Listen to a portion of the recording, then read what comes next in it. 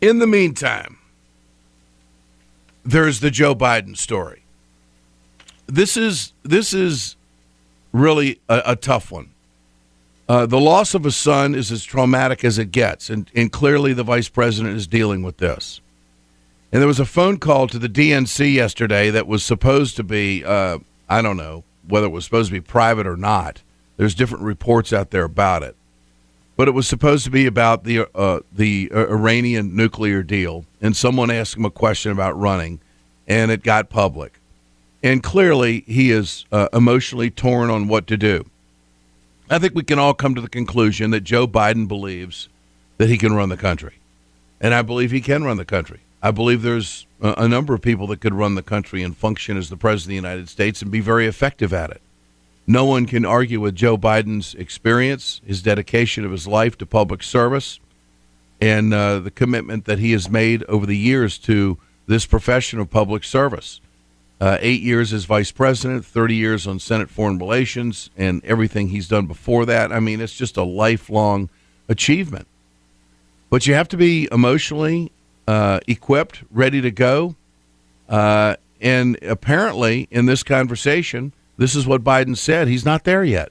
If I were to announce to run, I have to be able to commit to all of you that I would be able to give it my whole heart and my whole soul. And right now, both are pretty well banged up, and we're trying to figure out that issue.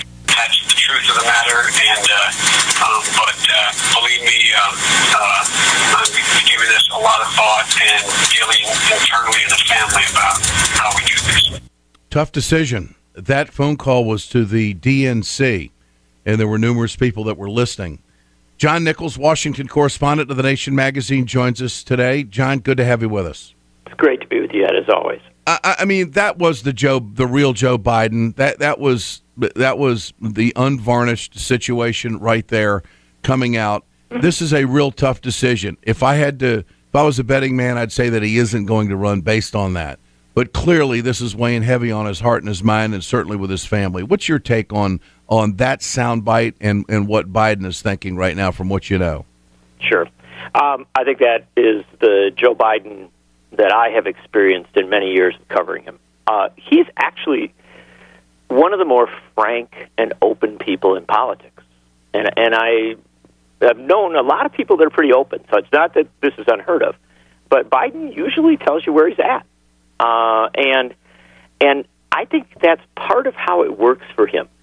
I would suggest to you that, A, his family means the world to him, as it does, I think, for anybody. I don't think we should deny that. But in Biden's case, a part of what has made it possible for him to have this amazing public life now for the better part of 50 years is his absolute commitment to his family, to his kids, to his wife, and to his sister, and to all these relatives.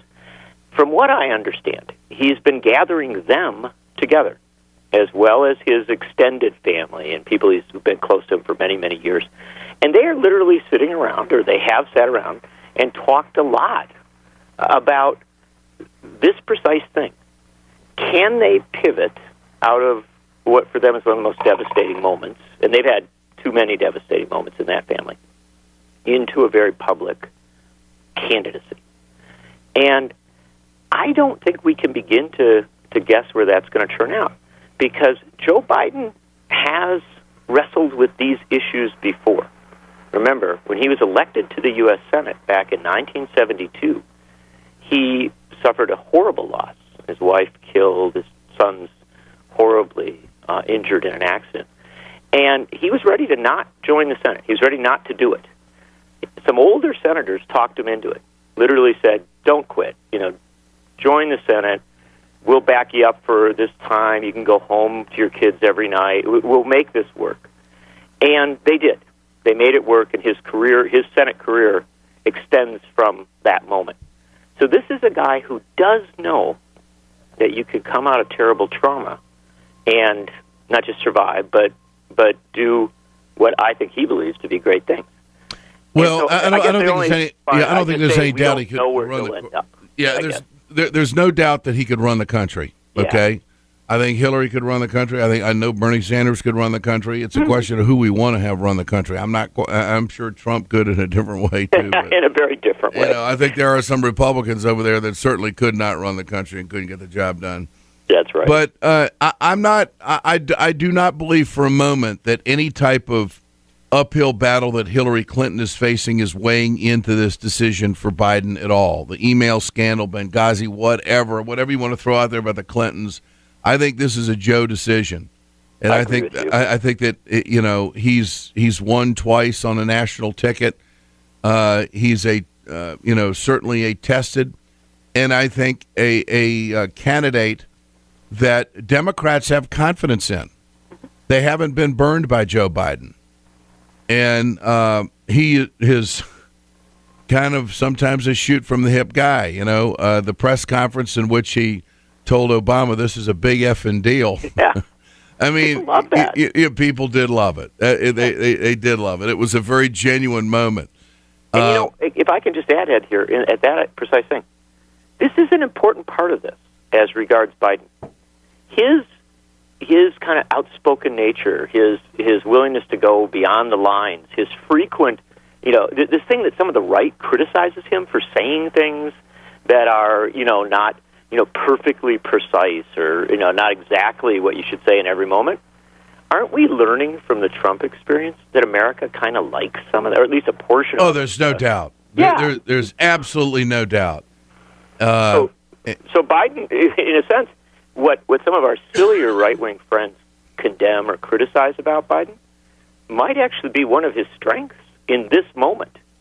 A guy who actually speaks from the heart and says what he thinks. All right, let's talk about Hillary Clinton, and the email story will not go away. It's become somewhat of an act of contrition for her on the campaign trail. In Iowa yesterday, she talked about the personal email that she had with the State Department, and again admitted it probably wasn't the right thing to do. Well, I know people have raised questions about my email use as Secretary of State, and I understand why. I get it. So here's what I want the American people to know. My use of personal email was allowed by the State Department. It clearly wasn't the best choice. I should have used two emails, one personal, one for work, and I take responsibility for that decision.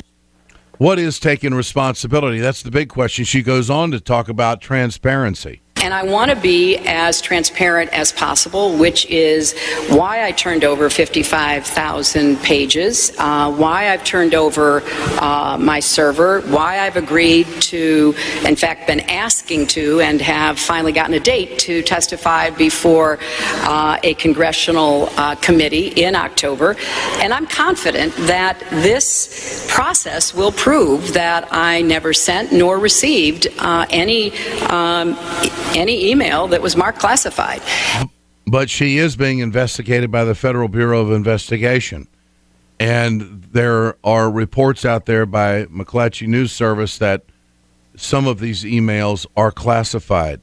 Now, how classified, how deep in detail do they go? No one knows at this point.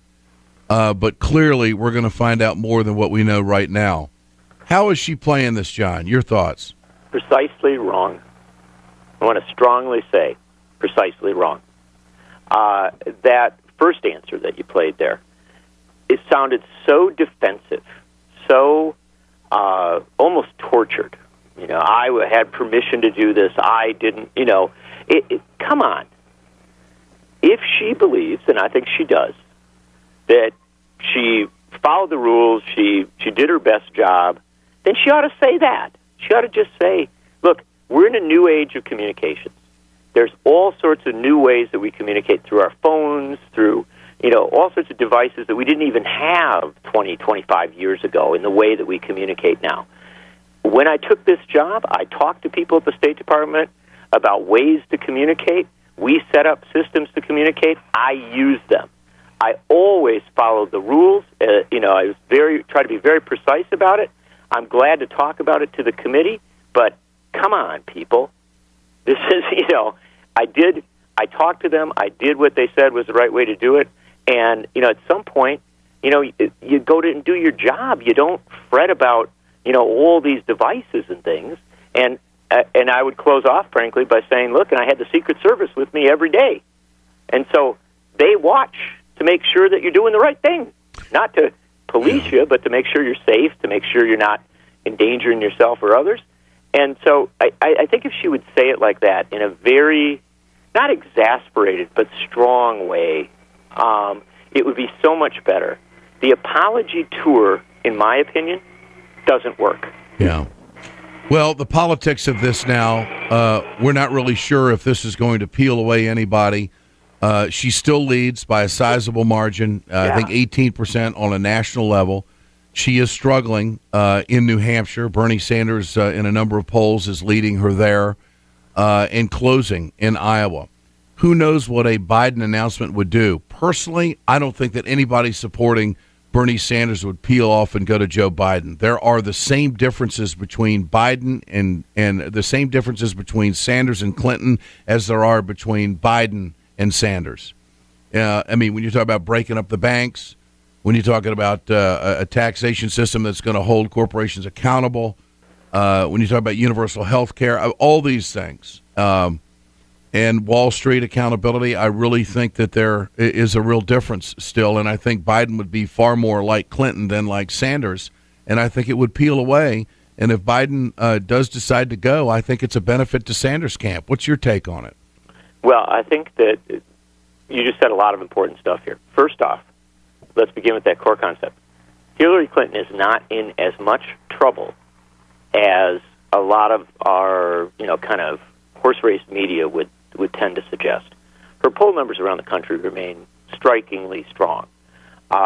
Yes, she's got a challenge in New Hampshire, and there is simply no question. This week I saw some Bernie Sanders rallies up there. They were drawing huge crowds.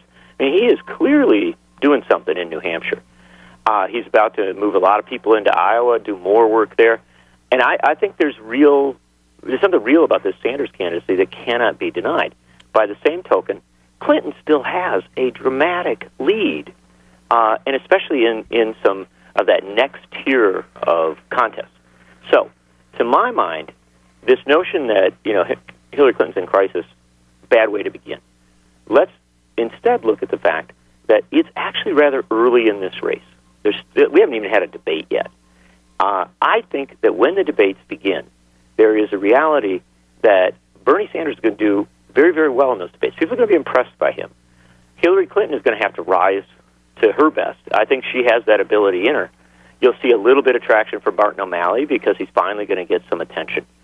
But if Biden were to intervene in this setting, into this situation, he would grab an immense amount of attention at the pivot point from the early stage of the race to when it goes sort of critical.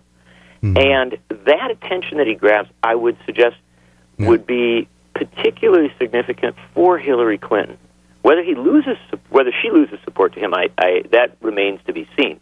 But the fact of the matter is, if you're the front runner and someone steps in and grabs a lot of the limelight, that isn't good for you.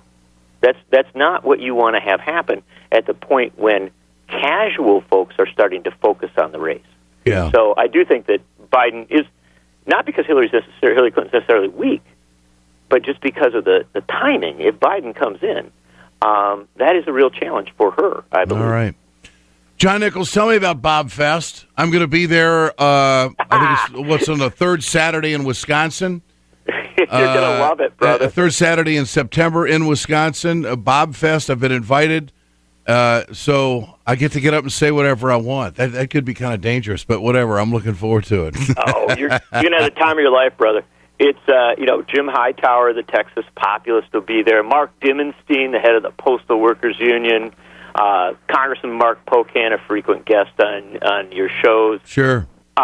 It's what it is, truthfully, is a remarkable annual event in Wisconsin where thousands of people come out, and they make no apologies for the fact that they're progressives, that they believe in economic fairness and so many other good things, rooted back to Fighting Bob LaFollette, the great progressive senator from the state, remember, in the past.